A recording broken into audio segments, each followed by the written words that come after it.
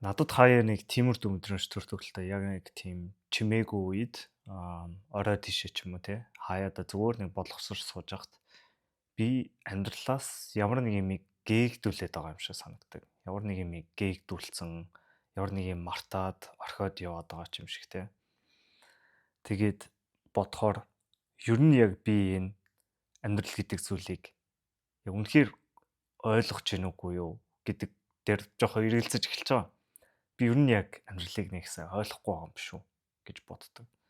Тэгээд нэг тийм суурьгүй мэдрэмжтэй. Нэг тийм газар нь тийм донслогоотой байгаа ч юм шиг. Нэг тийм тогтворгүй мэдрэмж төрдөг. Тэгээд тэр үед надад ер нь бол яг доторх мэдрэмж бол надаас хариулт нэгдэг. Яагаад гэвэл би бодит ертөнцийг амьдралаа ирээдүгөө яг тодорхой харж чадахгүй байна. Тодор харж чадахгүй байна гэсэн. Тэгээд яг ингээд миний амьдралыг харах юм бол болж бүтгүй байгаа юм юу ч байхгүй л дээ. Бүх юм яг л сайхан болдгороо болж байна те. Ерөөсөө хинээс ч дутхааргүй сайхан амьдарч байна. Тэгэхэд яагаад ийм мэдрэмж төрж байгаа вэ гэдэг намайг баг зэрэг гайхшруулсан л тоо. Тэгээд заримдаа би бол тэгж боддtiin. Хүн гоё, хүний амьдрал гоё тийм мануалтайгаа ирсэн бол те. Ямар гоё вэ? Цаанаасаа те. Хүн гэдэг чинь ийм амтан байна. Чиний амьдралын чинь зорилго ийм байна. Чи ингэж амьдрна, энэний төлөө амьдрна.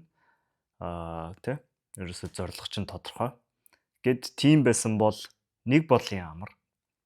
Гэхдээ амьдрал бол тийм биш. Тэ. Машин ямар нэгэн эд тогшил авахд мануалтайгаа ирдэг шиг хүн даанч мануалтайгаа ирдэггүй. Хитрхи олон бололцоо байдаг. Хүн яаж л бол яаж амьдарч болдог. Ямар ч амьдралаар амьдарч болно тийм үү? Ямар ч амьдралаар амьдарсан тэр амьдрал нь илүү байна, тэр амьдрал нь дутуу байна гэж дүгнэхэд хэцүү. Тэгээ ингээд ирэхээр хамгийн гол нь хүн өөрийнхөө хариултыг олох хэрэгтэй болчихж байгаа. Тэрний үгс үг гэхээр хүн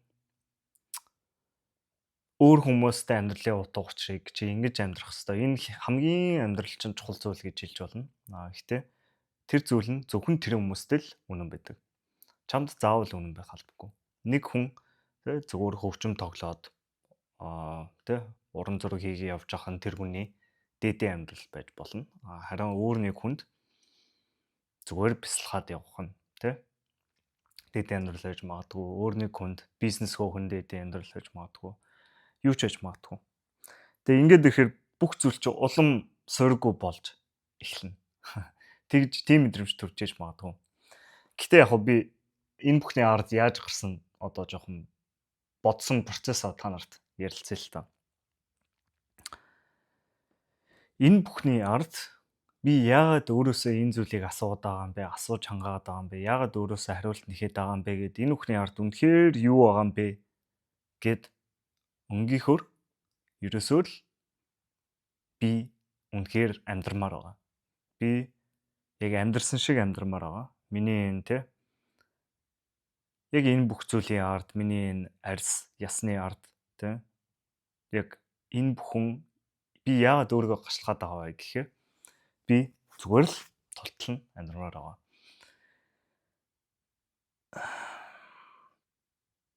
Тэгж бодож байна. Тийм болохоор би сэргэг байна уу, ухамсартай байна уу, ухамсаргүй байна уу? Энэ бодол маань байнга намайг чангааж идэг. Чи яг үнэхээр амьдрч чадж гин үгүй юу гэд. Тэгээ нэг бодлын энэ асуулт миний бодлоор амьдралын хамгийн чухал асуулт. Яг өмнө нь ингээл философч дандаа янз бүрийн асуултууд ярьдаг л та. Каму бол одоо жишээлбэл амиа хорлохгүй байх үгүй бол хамгийн чухал асуулт гэдэг. Өөр философчид зөндөө юу ч асууж иж магадгүй. Метафизикийн гүнзгий асуултууд байгаа. Гэхдээ миний хувьд бол хамгийн фундаментал, хамгийн гүн асуулт болвол чи яг яаж амьдрах хэрэгтэй вэ? Яаж бүрэн дүрэн амьдрах вэ? Яаж тултлан амьдрах вэ? Яаж амьдрсан шиг амьдрах вэ гэдэг хамгийн чухал асуулт. Энэ асуултанд л хариулахад төгөхгүй юм бол миний хувьд бусад зүйл ямар ч хэрэггүй. Зүгээр хоосон мэдээлэл цуглуулж байгаагаас ямар ч ялгаагүй. Тэгээ энэ бол миний хувийн л үзэл Мэдээж академик философчд бол маш нарийн салбар руу маш гүнзгий ордог. Гэхдээ би бол академик философи руу яваагаад баг зэрэг баярлдаг. Яагаад гэвэл би тэ яаж амьдрсан шиг амьдрах вэ гэдэг асуултанд төхөх байсан үгүй бол үнэхээр мэдэх байна. Тэгээд нэг бодлоор бол энэ бүхний ард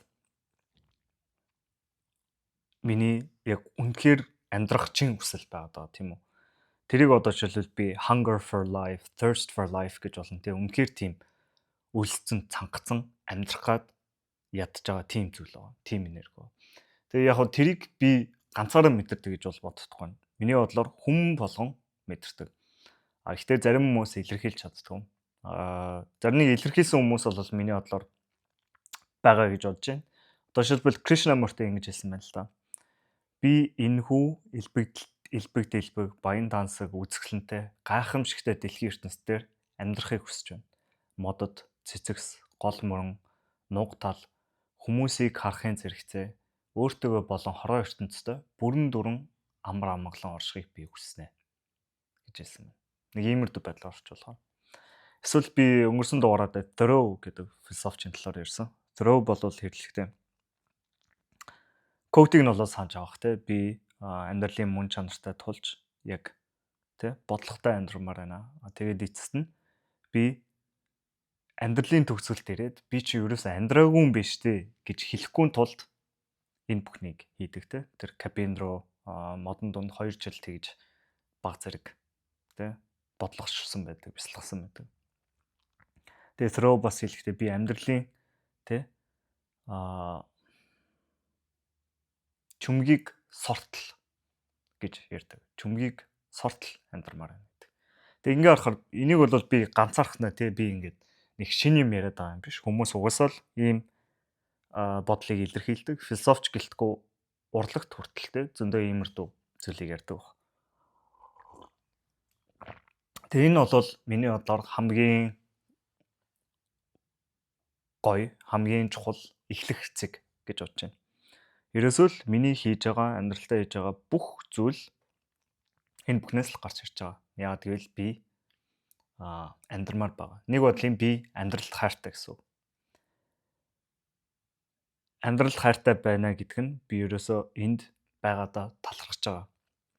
Яагаад гэвэл би яг тий надад нэг хийж байгуулсан юм гэдэх юм байхгүй. Нэг мэдсэн чил ийм амьдрал надад заягдсан байдаг. Та ч гэсэн бодоод байт. Та яг юу хийж гээгүүлсэн болохоор танд амьдрал заяасан гэж бодож байна. Би бодон юу ч хийгээгүй. Зүгээр л цаанаасаа май гэд чамд хүрээд ирсэн. Нэг бодлын эн чин бэлэг шиг тий. Тэгээд тийм болохоор энэ зүйл нь бас цаг хугацаатай. Байнга үрт байна гэж аахгүй. Цаг нь ирэхээр дуусаад энэ хорвоогоос яваад одно тийм үү.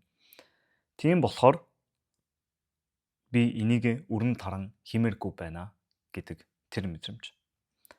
Яагаад гэвэл надад ганцхан тийм амьдрал заяасан ганцхан боломж байгаа болохоор би энийг өрн таран химээргүй байна. Би амьдралыг дээдлж амьдрнаа. Би амьдралыг хүндлэнэ.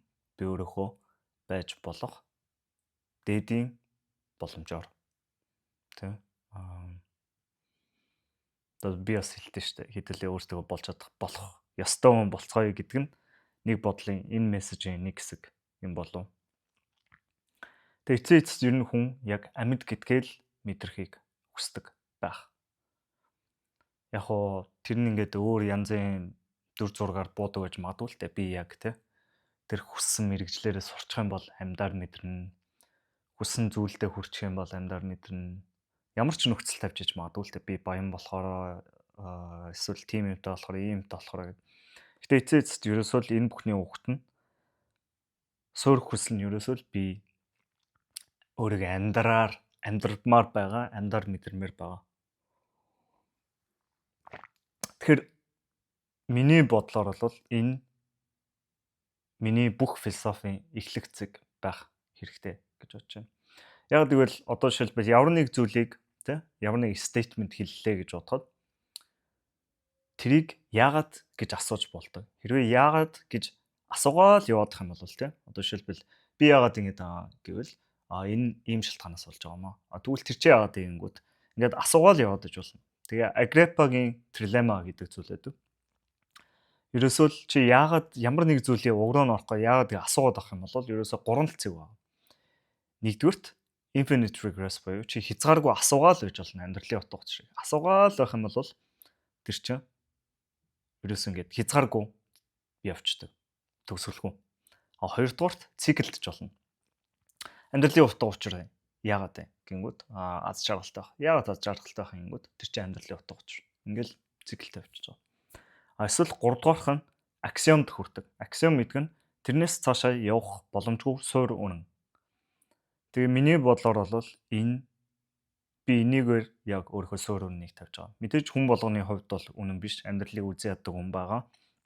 Миний ярьж байгаа юм огт ойлгохгүй байгаа хүн байгаа. Амьдралдаа өөр юмд те зурлалтад явж байгаа хүмүүс байгаа. Завгүй явж байгаа хүмүүс байгаа. Гэхдээ миний хувьд бол энэ яг хамгийн эхлэх зэг нь. Ерөөсөө л амьдралд хайртай болохоор амьдралыг хайрламар байгаа болохоор энэчнээс бусад дараагийн одоо гойгоо асуултанд гарч ирж болж байна л та. Хэрвээ үнэхээр үнэн юм бол те. За энэчнээс цаашлаа. Хэрвээ чи үнэхээр амьдралд хайртай юм бол те чиний амьдралд юу өөрчлөгдөх хэрэгтэй вэ?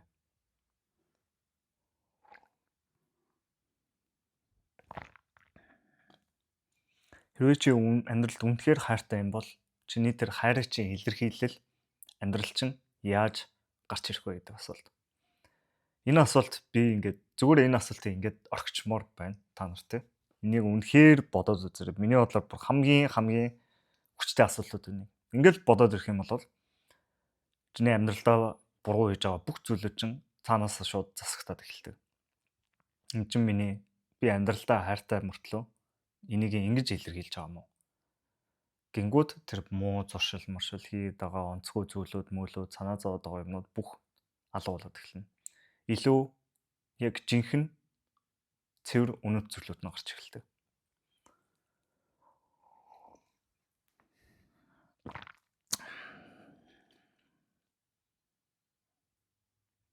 Тэгээ энэс цаашаа миний бодлоор тэ энэний хариулт нь миний хувьд бол хүн үннээр амьдрах. Яг гоо энэ сэдвээр ярмаар байгаа ч гэсэн би энийг тусдаа дугаар болгоно. Гэтэ нэг бодлын энэчнээс ингээд надад бол энэ хүртэлх одоо ингээд би бодсон байгаа шүү дээ. Бодсон л таарт ирж байна. Энэ бол намайг айгу тайвшруулсан, надад айгу таалагдсан. Яагаад гэвэл энэ нэг төрлийн стандарт хэмжүүр гарч ирж байгаа. Чи өдөр болгон тэ үнэхээр яг энэ хэмжүүрт би тэ үнэхээр амьдралд хайртай гэдгээ илэрхийлж амьдрсан уу? Би үнэхээр тэ миний тэр өдөр тутамдаа чи яг үнэхээр л энэ стандарттай тий би үнэхээр энээс илүү амьдарч чадхааргүй байлаа. Би яхааргүй амьдралд хайртай. Тийм болохоор өдрөө ингэж өнгөрлөө гэл тэгж өдөр бүрийн өнгөрөөсөн байхад хүн авсандаа орох цагт харамсах зүйл байхгүй. Яагаад гэвэл тэр хүн 100 хүн байгаа бүхнээ өгсөн. Ерөөсөө чадах бүхнээ өгсөн. Энээс илүүгээр яаж ч чадхааргүй байсан гэж хэлж болно. Ингээд ирэхээр ямар ч санаа зовоод авах зүйл байхгүй. Нэг бодлын одоо жишээлбэл намайг ингээд санаа зовоод зүйл би ямар нэг зүйл орхигдуулсан байвал яана гэж боддог цаа. Энэ бол нэг бодлын ингээд би хитрхи overthink хийж боддог. Нэг бодлын ер нь тийм perfectionist хүн гэдэг нь угаасаа яг энэ чэнэс харагч иж магадгүй. Би алдчгүй ямар ч зүйлийг орхигдуулмааргүй байгаа. Одоо жишээлбэл яг би 10 жилийн математик явдаг гэсэн л та. Математикийн гаргалгаа хийхээр ямар нэг зүйл орхигдуулчих юм бол намайг айгу зовоогоод байдаг. Эсвэл ямар нэг зүйл тий одоо логикийн үсрэлт хийцэн тий одоо аагаас б-ээр хүрж байгаа нь ойлгохдохгүй байх юм бол намайг айгу зовоодог. Тэгээ тэрнээс болоод ер нь миний яг амьдралдаа ямар нэг зүйл ер нь тодорхойгүй байгаад байвал айгу хэцүү байгаад байдаг. Ажил дээр хүртэл юу хийх гээд байгаа нь тодорхойгүй байвал хэцүү байдаг. Тэгээд юм хийнэ гэдэг нь ер нь тэрийг тодорхой яг юу хийх гээд байгаагаа алхмуудаа тодорхой болгох гэж ер нь бол хамаг цагаа зарцуулдаг. Тодорхой болгосны дараа бүх зүйл амархан байдаг. Тэгээд тэрнтэй адилхан миний тэр яг зан чанар нэг бодлын би бол энийг баг зэрэг жоохон Тэгээ миний өө юм байна гэж боддог гэсэн. Угсаа байнгын энэ чинь шаналгаатай шүү дээ. Байнгын чи бүтээн хариултандаа хүрээгүй байна гэдэг чинь те. Хизээ яг энэ үнэхээр үнэн яриад байгаа юм тийм. Хизээ надад хэрэгтэй байгаад байна. Хизээ надад хэрэггүй байгаад байна гэдгийг ялахад хэцүү. Тэгээд гэхдээ одоо энэ өнцгөр хараад ирэхээр би яагаад өөрөөсөө ингэж асуугаад байна гэхээр чи ерөөсөө л би амьдралд үнэхээр хайртай болохоор л ингэж асуугаад байгаа юм байна гэдгийг ер нь бол өнөөдөр ойлголоо.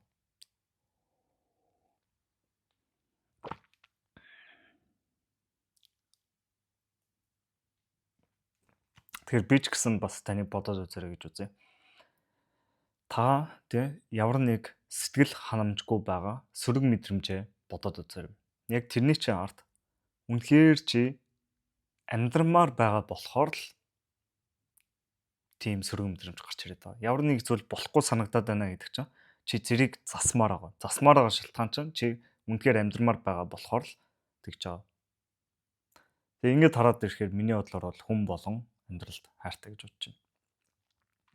Хүний мэдэрч байгаа сөрөг мэдрэмж болон хүнд анхааруулга өгч байгаа. Анхааруулж байгаа. Хүүе эн чинь заавал юм байх хэвээр мó? Илүү дээр гэж болох уу? Гэ ингээд бодоод ирэхээр эн чинь ерөөсөө болвол биш байгаа байхгүй. Нэг бодлын жоохон хэцүү ядаргаатай байж болно. А гэхдээ энэний тулд чи үнэхээр хайхарж байгаа болохоор чамд ийм сөрөг мэдрэмж төрж байгаа. Чи амьдралд хайхардаггүй, юу ч хайхардаггүй, юу ч тоодохгүй байсан бол ийм сөрөг мэдрэмж төрөхгүй. Тэгэхээр сөрөг мэдрэмж болгон хүртэл гайхалтай. Яагаад гэвэл ард нь тэр амьдрах хүсэл, тэ? Чин хүсэл явж байгаа. Ер нь ингэж харах нь та нарт ямар санагч байна? За тэгээ энэс цаашаа би бас нэг гаргалгаа хийсэн заяа. Миний хамгийн ихний лем нь бол сайн хэлсэн. Амьдралыг хайрлах. Тэгээ та яг хоо энд хүрэхгүй байж магадгүй. Гэхдээ энэс цаашаа бол тэгэл зүгээр би өөрөө бодлыг л хуваалцаж байгаа гэсэн.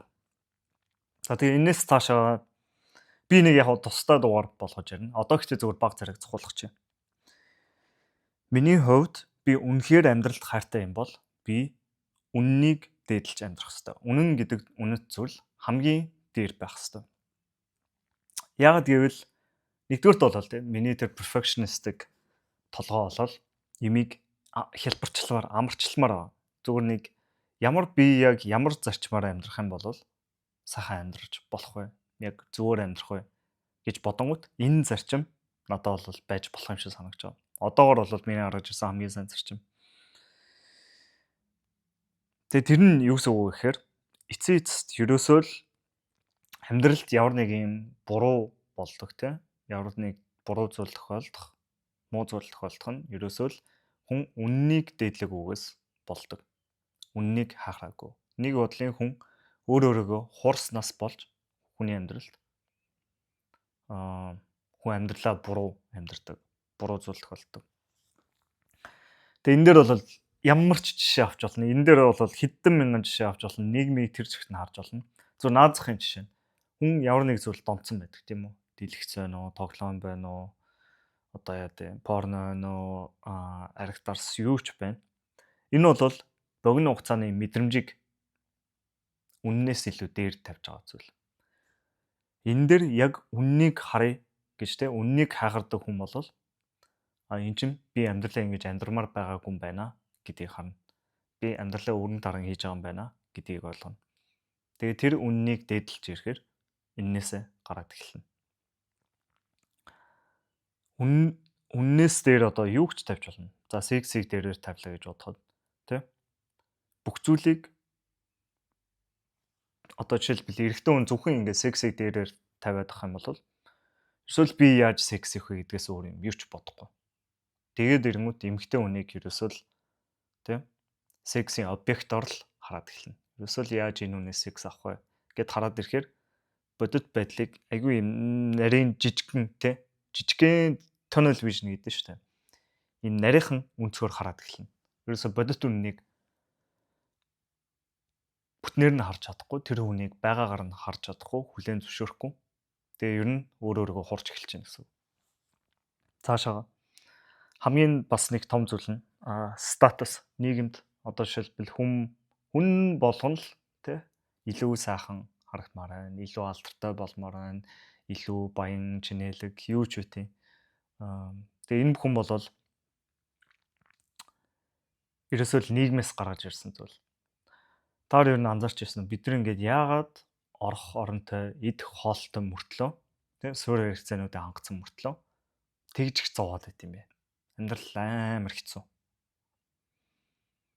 Тэрнийхээ та уг руу ороолох юм бол тэ ер нь тэгэл би хангалттай хүрхэн биш байна. Би хангалттай амжилттай биш байна. Нэг тийм нөхцлүүд л яваад байдаг. Тэр нөхцлүүдээ л хангачих юм бол би аз жаргалтай байна гэдэг өөрийгөө хурж байгаа narrative явж байдаг. Тэгээ энэ нь бол хийсвэр зүйл. Хүн өөрөө энийг хийсвэрээр бий болгосон. Тэгээ би ч гэсэн тэ иймэрдүү зүйлүүдэд насаараа хуурагдсан. Одоо ч гэсэн тэ хуурагдаал явж иж магадгүй тодорхой хэмжээнд. Би ч бас төгсөн биш. Гэхдээ энийг би чинь бүр хүүхэд наснаасаа эхлээд эргэн тойрны миний хүн бүх хүмүүс зөвхөн л нийгэмдээ яаж илүү мөнгөтэй, илүү чинэлэг тийм бах уу тэр зүйлдээ л хайхарж ирсэн юм байна. Нийгэм нь тэр чигтээ ерөөсөө л өнгө, төрх, мөнгө ийм зүйлүүдийг л дээдэлт юм байна. Үннийг огт дээдэлт юм байна. Үнэн болол огтомаагүй. Хэр их мөнгө хийж ийн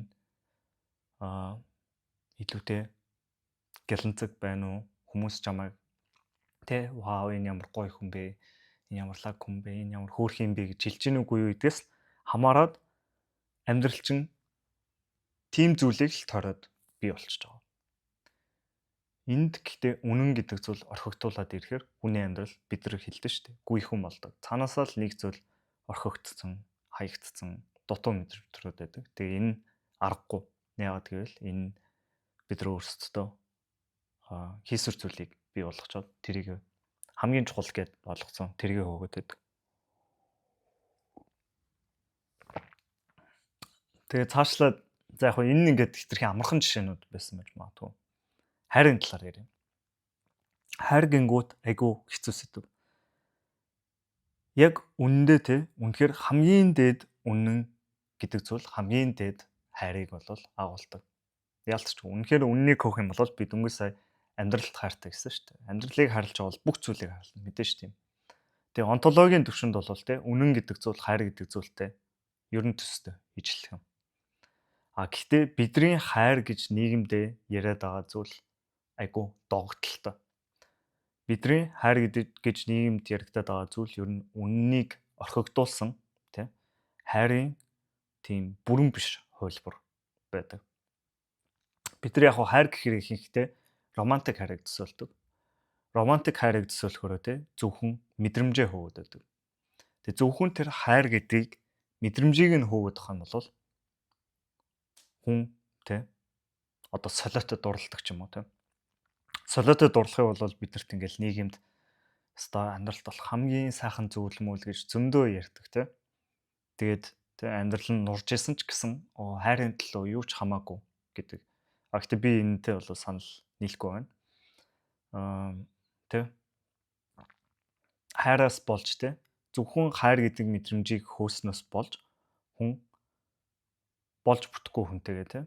Одоо жишээлбэл за зүгээр надад тэр хайр гэдэг те айгуу гоё мэдрэмжийг мэдрүүлдэг хүнтэй байдаг.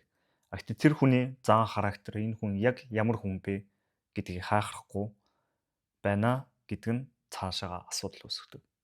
Яг гэвэл би бодит үннийг харахгүйгээр зөвхөн энэ хайр гэдэг зүйлд хөтлөгдөд явж байгаа. Энэ нь бол хайрын бүрэн гүйцэд хувилбар биш. Энэ бол дутуу хагас дутуу. Одоо юу гэдэм бэ? Бүрэн бойжоогүй хайр. Хайрыг айгүй энгийн хамгийн энгийнээр төсөөлөд явцсан тийм. Тэгээ ингээд ирээд үннийг харахгүй зөвхөн хайр гэж явуудах юм бол зөвхөн тэрийг тэр үзэл бодлыг чинь цаашаа түлхсэн ном уншина. Одоо яа тийм эсвэл зөвхөн манифесташны талаар бодно те. Тэгээ өөр үнний талаар огт бодохгүй.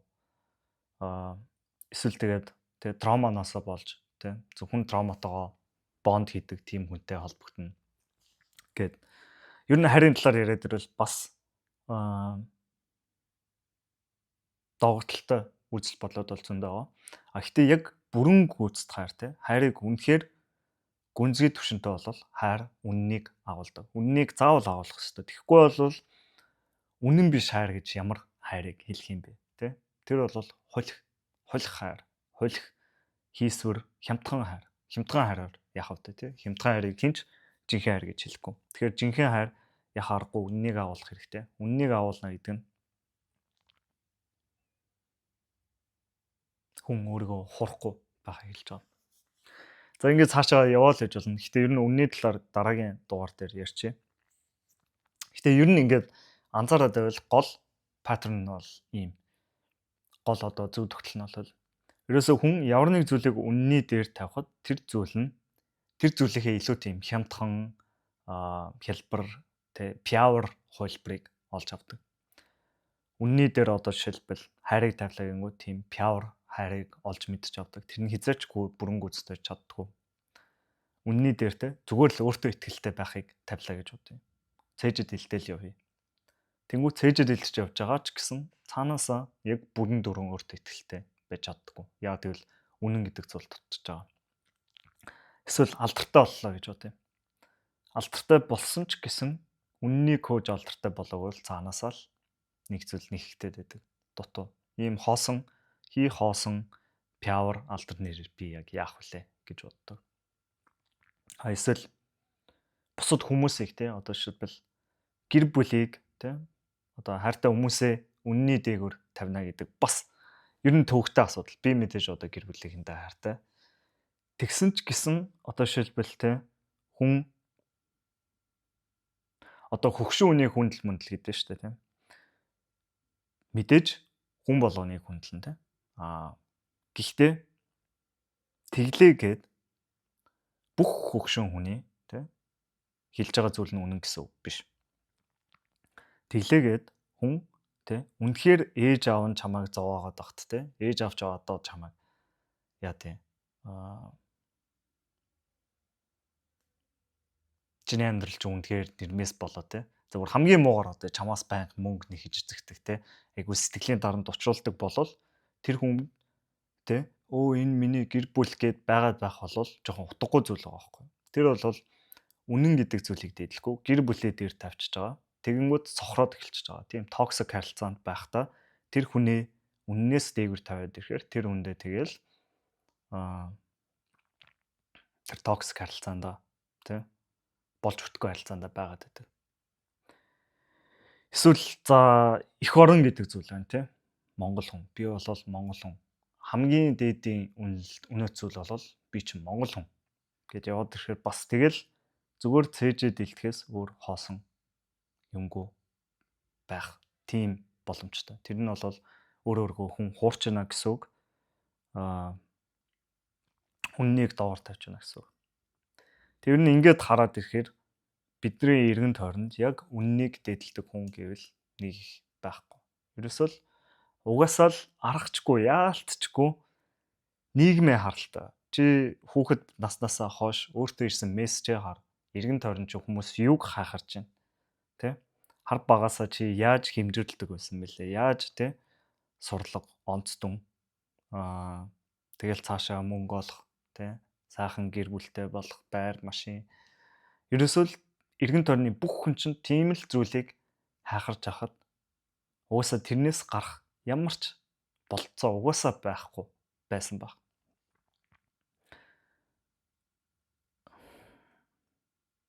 Тэгээ ингээ ирэхээр чинь тархичин угаасаа цаанаасаа тэгээ тогтцсон.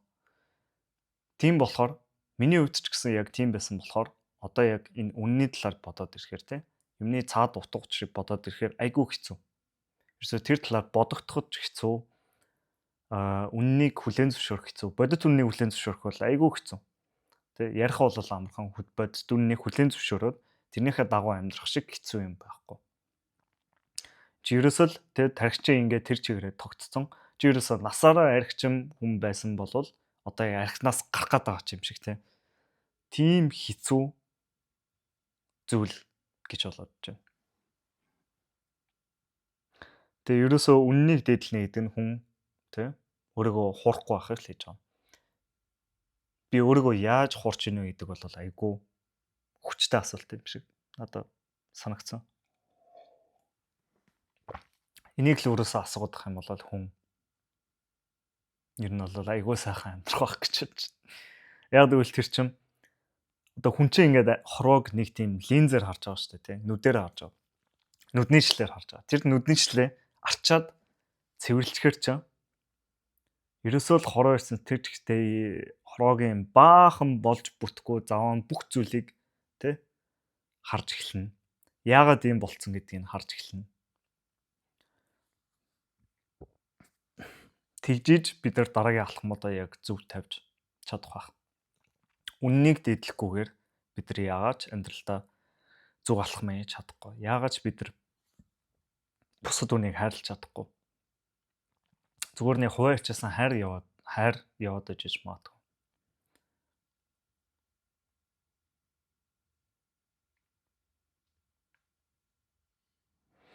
Тэгэхээр нэг иймэрдүү юм бодогч юм доо. За тэгээд энэ үнэн гэдгийг зүйлийг үннийг дээдлэх гэдэг зүйлийг үнэт зүйл болох талаар би илүү бодож байгаа. Тэгээд илүү зүйлүүд ойлгохоор тэр талаар илүү ярих гэж бодож байна. Одоогор зүгээр нэг юм энгийн төвшөнд явж байгаа. За тэгээд хэдүүлээ өөрсдийгөө болж чадах болох ёстой. Тийм болцгоё. Баярлалаа.